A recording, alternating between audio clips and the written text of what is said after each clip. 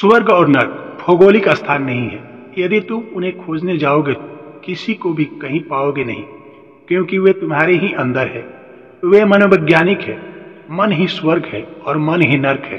मन में ही इनमें से कोई भी बनने की क्षमता है। लेकिन लोग सोचते चले जाते हैं कि हर चीज कहीं बाहर है। हम हमेशा हर चीज के लिए बाहर की ओर देखते हैं, क्योंकि अपने ही अंदर जाना बहुत कठिन है। हम बाहर जाने वाले लोग हैं। यदि कोई कहता है वहां परमात्मा है, तो हम लोग आकाश की ओर देखते हैं कि वहां कहीं बैठा तो नहीं है। एक मनोवैज्ञानिक ने एक स्कूल में काम कर रहा था। परमात्मा के बारे में छोटे छोटे बच्चों से पूछा कि वे परमात्मा के बारे में क्या सोचते हैं। बच्चों की पहचान अधिक स्पष्ट होती है।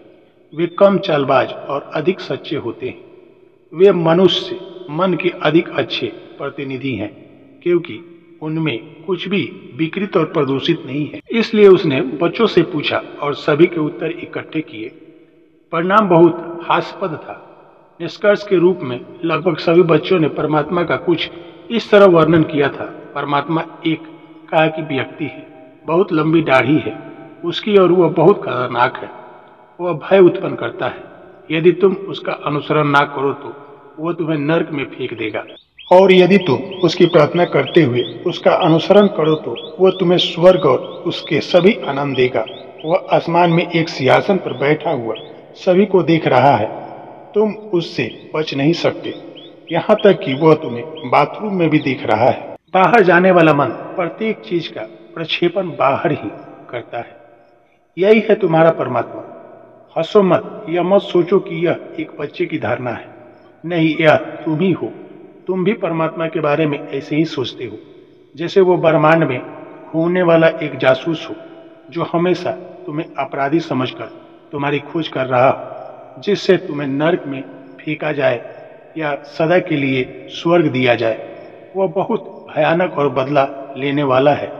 यही कारण है कि सभी धर्म भय पर आधारित है।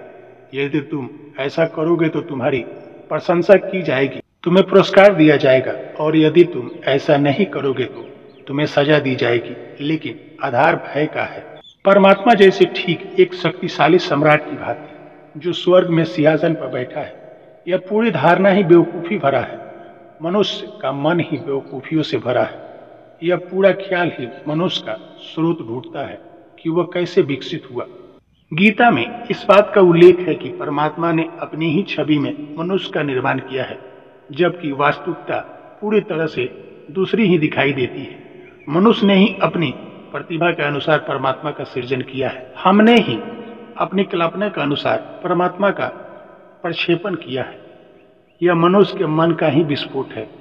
एक विराट मनुष्य का मन, बस और कुछ नहीं। स्मरण रहे, यदि तुम सोचते हो कि परमात्मा तुम्हारे बाहर कहीं बैठा है, तो तुमने धार्मिक होने की दशा में अभी पहला कदम भी नहीं उठाया। जिस क्षण तुम अंदर के बारे में सोचते हो, ऐसा लगता है वहां सब कुछ खाली ही खाली है। आखिरी है क्या अंदर है?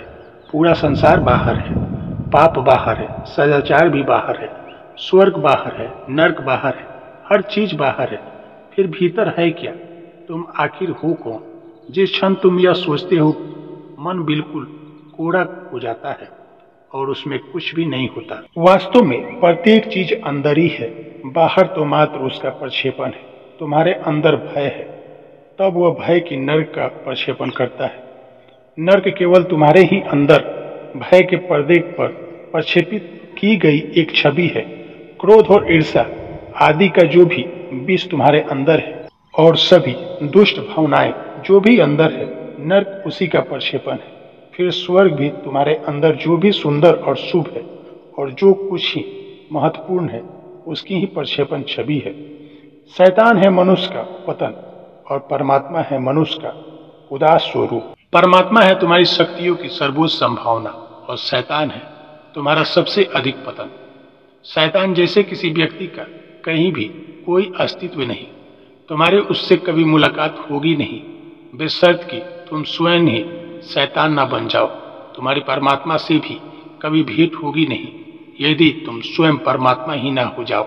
इस संसार में सदा कोई नहीं रहेगा ऐसा जिसको समझ आ गया उसको इस संसार में रहने का ढंग सुनिश्चित ही आ गया।